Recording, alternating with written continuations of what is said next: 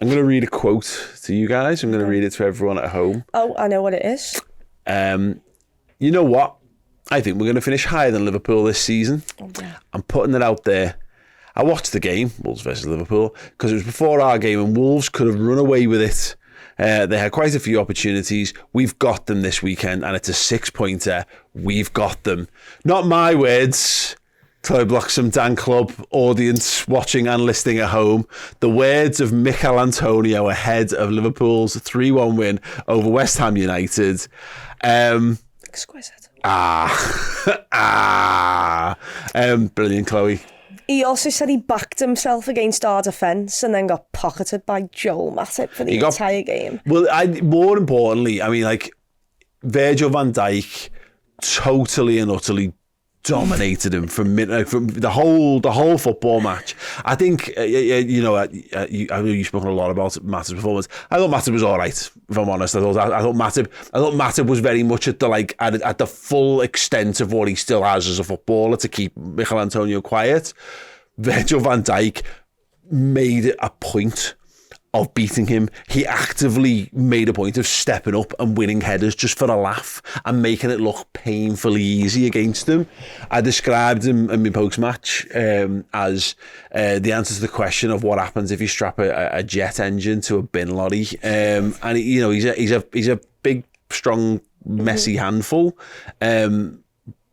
Dan, he made a huge rod for his back there, and he did not back it up in any way, shape or form. No, they never learn, did they? They just never, ever learn, these people. I mean, Clinton Morrison, you probably remember that years ago, he had a go at Michael Owen and a miss he did, and then went on to miss a big chance himself at Anfield. So, yeah, they don't learn these strikers, as simple as that. But, yeah, I mean, why even bother? Why is he even speaking on a podcast in the build-up to a game about us? I don't understand the world we're living in, to be honest with you. But yeah, madness. I think Chloe and yourself have. I don't think he had a sniff, really. We kept him at bay pretty much throughout, and I'm quite impressively so, really, because I actually think he's a nuisance, really, isn't he? Yeah. He can be very hard work, Michail Antonio, because he runs forever.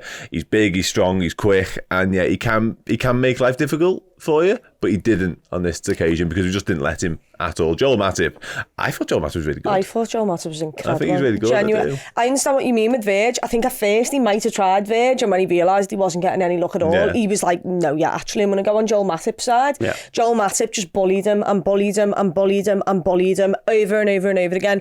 And I think I didn't include it in my vlog, but there was a specific part where he hit the deck once again, and to sum up his performance, I think I turned around and said, why the F are you on the floor again, lad? He spent more time on the floor than he did with the ball at his feet. He was literally, every time he just got bullied and just fell to the floor and was asking for things. And why would you do it? I understand you saying you back yourself and stuff, but think it in your head. Don't come out and put a target on your back, because every time you miss, every time you F up, every time you take a bad touch, that entire crowd is going to be on your back. And it happened from moment one when he messed up. That header, which should just be nestling into the bottom corner, a very easy chance. It's a free header, and he puts it so far wide that if you had another goal next to Alisson's goal, it still probably would have hit the post. That happened so early on in the game, and he just let the crowd then get on his back for it.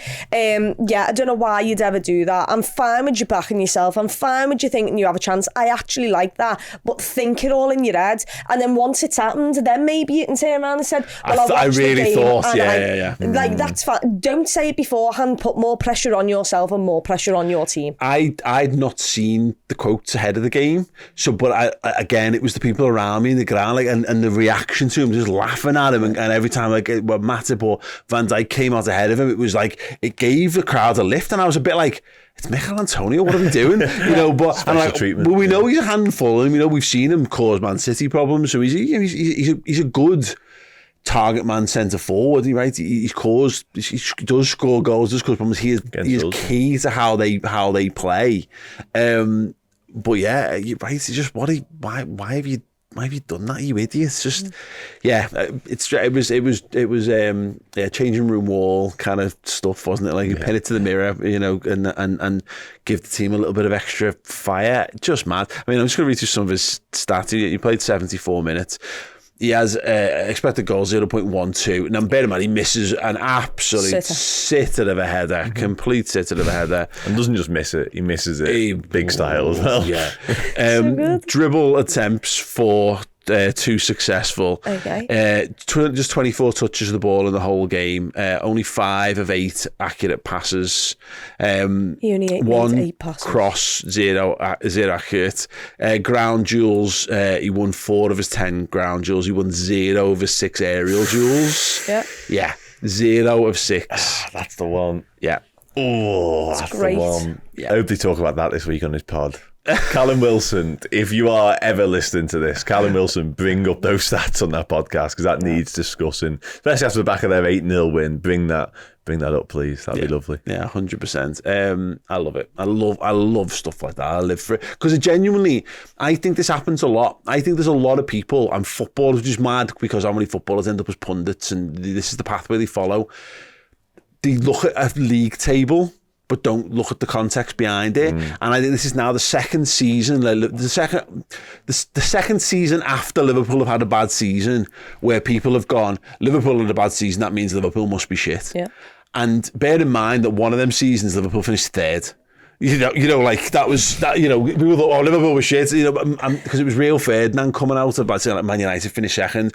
Oh well, they're better than Liverpool. Look how many points they finished ahead of Liverpool. It's like, yeah, mate, but Liverpool literally had no centre halves all season, and they managed to finish a place behind you in the league. That's too sensible, though, isn't it? No, I know.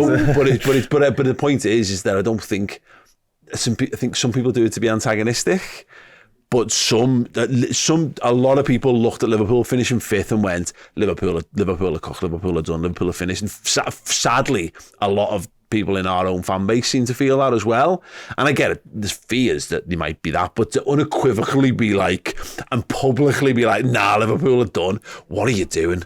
What are you doing saying that Liverpool are done? It's madness, absolute madness. And Michail Antonio basically summed up a ton of people online and how they're looking at Liverpool. Long may it continue, because let people think that Liverpool are done.